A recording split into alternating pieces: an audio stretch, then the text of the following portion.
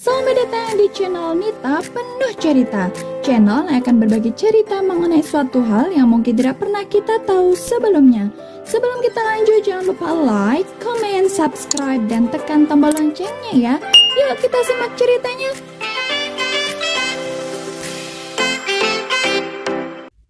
Assalamualaikum, apa kabar semuanya? Semoga kalian selalu diberi kesehatan ya, apalagi di saat pandemi ini. Untuk kalian semua yang sering beraktivitas di luar rumah, tetap ikuti protokol kesehatan dan jangan lupa 3M, memakai masker, menjaga jarak, dan mencuci tangan. Oh ya, sebelum aku mulai, aku akan memberitahu kalian semua bahwa cerita yang akan aku sampaikan ini bersumber dari artikel-artikel yang ada di internet, dan aku rangkum menjadi satu cerita. Aku mohon maaf jika ada kesalahan dalam melafalkan nama-nama orang dan data-data dalam cerita ini. Oke, di video kali ini aku akan membahas mengenai catatan sejarah dari terjadinya banjir Jakarta tempo dulu. Banjir di Jakarta memang sudah tidak asing lagi di telinga penduduk Jakarta, bahkan mungkin untuk seluruh rakyat Indonesia. Menurut sejarah, banjir yang terjadi di daerah Jakarta dan sekitarnya sudah ada sejak abad ke-5 Masehi, yaitu pada masa Kerajaan Tarumanagara. Informasi ini tertulis pada Prasasti Tugu, yaitu prasasti peninggalan Kerajaan Tarumanagara yang ditemukan di Kelurahan Tugu Selatan, Kecamatan Koja, Jakarta Utara. Prasasti Tugu itu menceritakan mengenai dua sungai, yaitu Sungai Candrabaga dan Gomati. Di situ diceritakan bahwa Sungai Candrabaga telah digali terlebih dahulu dan airnya mengalir sampai ke laut dan melewati istana kerajaan Raja Purnawarman. Di Prasasti Tugu itu pula diceritakan bahwa Raja Purnawarman memerintahkan penggalian sungai sepanjang 6.122 tumbak atau kurang lebih 12 km bernama Gomati. Penggalian sungai Gomati ini dilakukan pada tahun ke-22 dari masa pemerintahan Raja Purnawarman dan selesai dalam tempo 21 hari, yaitu dimulai dari tanggal 8 Paro Genap bulan Palguna dan selesai tanggal 13 Paro Terang bulan Caitra. Menurut beberapa ahli purbakala, Candrabaga adalah nama daerah yang sekarang dikenal dengan nama Bekasi yang diperkirakan sebagai pusat kerajaan Tarumanagara. Kota Bekasi pada zaman sebelum kemerdekaan adalah bagian dari daerah Jayakarta atau pada saat ini bernama DKI Jakarta. Pada tahun 1950, barulah kota Bekasi bergabung dengan Jawa Barat. Menurut dugaan, sungai itu dibuat untuk mengatasi banjir yang selalu melanda daerah pertanian yang disebabkan oleh hujan lebat pada bulan Januari dan Februari. Namun, setelah berabad-abad lamanya dari masa Raja Purnawarman, entah mengapa orang-orang tetap saja suka dengan wilayah yang sering banjir dan berawa-rawa itu. Pendatang-pendatang asing terus saja mengunjungi bandar yang bernama Jayakarta yang letaknya di muara Sungai Ciliwung. Padahal keadaan tata air di Jayakarta dikatakan sangat buruk oleh pengamat Belanda yang waktu itu masih berdagang dan kapal-kapalnya sering menyinggahi Jayakarta. Namun tempat yang tata airnya buruk itu sepertinya mempunyai daya tarik besar. Buktinya mereka meminta izin kepada penguasa Jayakarta pada waktu itu untuk mendirikan gudang dan pangkalan di Muara Ciliwung. Gudang yang merangkap kantor itu didirikan pada tahun 1612 di sebelah timur muara, kemudian ditetapkan menjadi kantor pusat perdagangan Belanda, tempat pertemuan kapal-kapal dagang Belanda, dan menjadi pusat perdagangan Belanda di Nusantara. Pilihan itu jatuh pada kota Jayakarta karena letaknya di tengah jalur pelayaran ke timur dan barat Nusantara. Setelah bertahun-tahun perdagangan berlangsung damai, akhirnya pada tahun 1619, Jayakarta diserbu dan dibakar habis oleh tentara Belanda karena terjadi pertikaian dengan Bupati Jayakarta yang dibantu oleh kerajaan Inggris.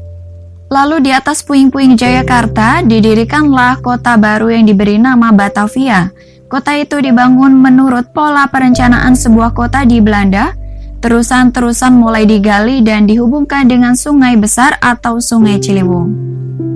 Terusan-terusan itu saat ini disebut dengan anak Sungai Ciliwung.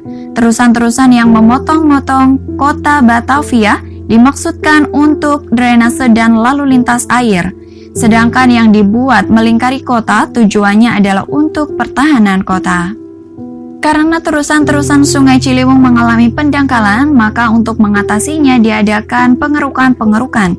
Pengembangan kota yang mulanya ke arah selatan dan timur pun kemudian diarahkan ke barat. Maka terusan-terusan sungai itu mulai dibuat ke arah barat pula, hingga terdapat 16 terusan yang ada di kota Batavia pada waktu itu. Pada pertengahan abad ke-17, sistem terusan itu diperluas sampai sungai-sungai di luar kota. Perluasan ini sangat penting, sebab dengan demikian persawahan dan ladang tebu di luar kota dapat diairi dan juga menjamin ketersediaan air di dalam kota.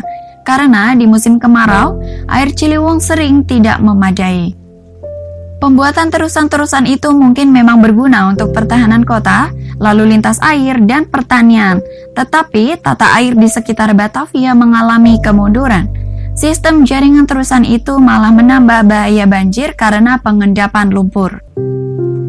Aliran air dari sungai yang terbagi-bagi ke terusan-terusan sungai jadi melambat dan membuat lumpur di hilir semakin menumpuk apalagi saat musim kemarau. Dalam keadaan tata saluran air yang semakin parah, pada tahun 1699, Batavia ditimpa musibah meletusnya Gunung Salak yang mendatangkan banjir lumpur dari pegunungan disertai dengan hujan abu yang tebal. Semua jalan air tersumbat lumpur, pertambahan tanah pada pantai juga semakin memperburuk keadaan.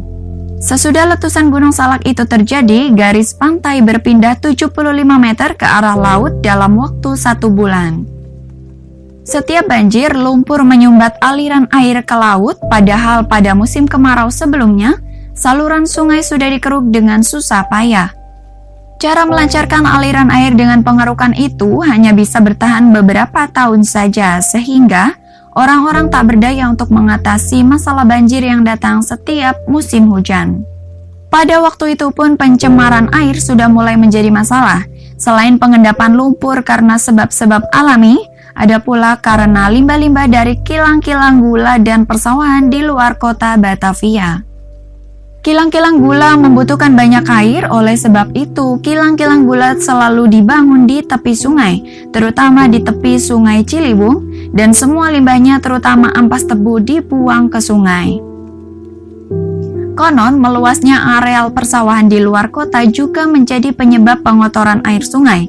Ada catatan dari tahun 1701 bahwa di daerah hulu Ciliwung yang waktu itu tidak ada sawah, airnya masih jernih. Akan tetapi di area hilirnya sudah kotor dan berlumpur.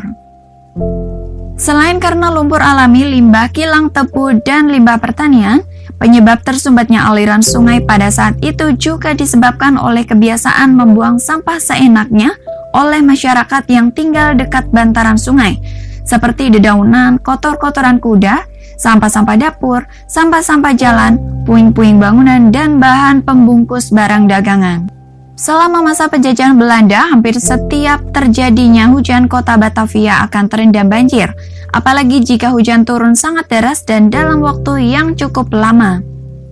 Dan pada tahun 1872 terjadi lagi banjir besar dengan tinggi air melampaui 1 meter yang melanda kota Batavia. Padahal pada masa itu, pemerintahan Belanda sudah membentuk Departemen Tata Air dan Pekerjaan Umum yang bernama Burgerlijke Openbaarwerke atau disingkat BOW sejak tahun 1854. Sebenarnya dari awal berdiri BOW sudah melakukan banyak cara untuk menanggulangi masalah banjir di Batavia, sehingga orang-orang mengejek singkatan BOW menjadi Batavia Underwater atau Batavia di bawah air. Pemecahan masalah tata air di Batavia yang paling berhasil ialah perencanaan perbaikan tata air oleh Insinyur Herman van Brugge yang diajukan pada tahun 1911 dengan banjir kanal baratnya yang terkenal itu. Pekerjaan ini dimulai pada tahun 1913 dengan pembuatan saluran dari pintu air Manggarai menyusuri pinggiran kota di bagian selatan dan barat yang akhirnya bermuara di daerah Muara Karang. Setelah dibuatnya banjir kanal barat, boleh dikatakan masalah banjir dapat diatasi walaupun hanya banjir-banjir yang ada di kawasan elit-elit saja. Kemudian ketika Batavia berubah nama menjadi Jakarta setelah Indonesia merdeka dan Jakarta menjadi ibu kota Republik Indonesia, perkembangan kota dan pertumbuhan penduduk mengalami ledakan yang tak pernah dialami sebelumnya. Padahal sebelum Perang Dunia Kedua, Batavia hanya direncanakan pemerintah Belanda untuk bisa menampung sekitar 600.000 jiwa. Namun ternyata pada tahun 1961, jumlah penduduk telah mencapai 3 juta jiwa. Selain pertumbuhan penduduk yang sangat tinggi, peningkatan jumlah bangunan-bangunan perkantoran, pusat-pusat perbelanjaan, perumahan-perumahan mewah, dan pemukiman-pemukiman warga di bantaran sungai juga semakin memperburuk kondisi banjir di Jakarta ketika musim penghujan tiba. Sejak tahun 1950-an, banjir Kanal Barat sudah tidak terlalu terasa manfaatnya. Oleh sebab itu, pada tahun 1966, pemerintah Jakarta bersama dengan pemerintah pusat merencanakan penanggulangan banjir yang menyeluruh dan ditangani secara besar-besaran. Perbaikan demi perbaikan untuk penanggulangan banjir masih terus dilakukan hingga pemerintahan saat ini. Namun bangunan-bangunan kota dan jumlah penduduk juga semakin meningkat tajam. Akankah Jakarta bisa benar-benar bebas dari bencana banjir? Kita doakan saja semoga semua itu bisa cepat terwujud dan warga Jakarta bisa hidup dengan damai dan sejahtera. Nah, begitulah cerita mengenai catatan sejarah dari terjadinya banjir Jakarta tempo dulu. Alangkah baiknya, mari kita saling menjaga lingkungan kita masing-masing dengan tidak membuang sampah sembarangan. Sehebat apapun rancangan yang kita buat, akan sia-sia bila kita tidak menjaganya. Cukup sekian dulu ya cerita kali ini. Semoga cerita yang aku sampaikan bisa menghibur kalian dan bermanfaat untuk kita semua. Oh ya, jangan lupa subscribe, like, komen, dan tekan tombol loncengnya ya. Dan tunggu cerita menarik selanjutnya. Terima kasih. Wassalamualaikum.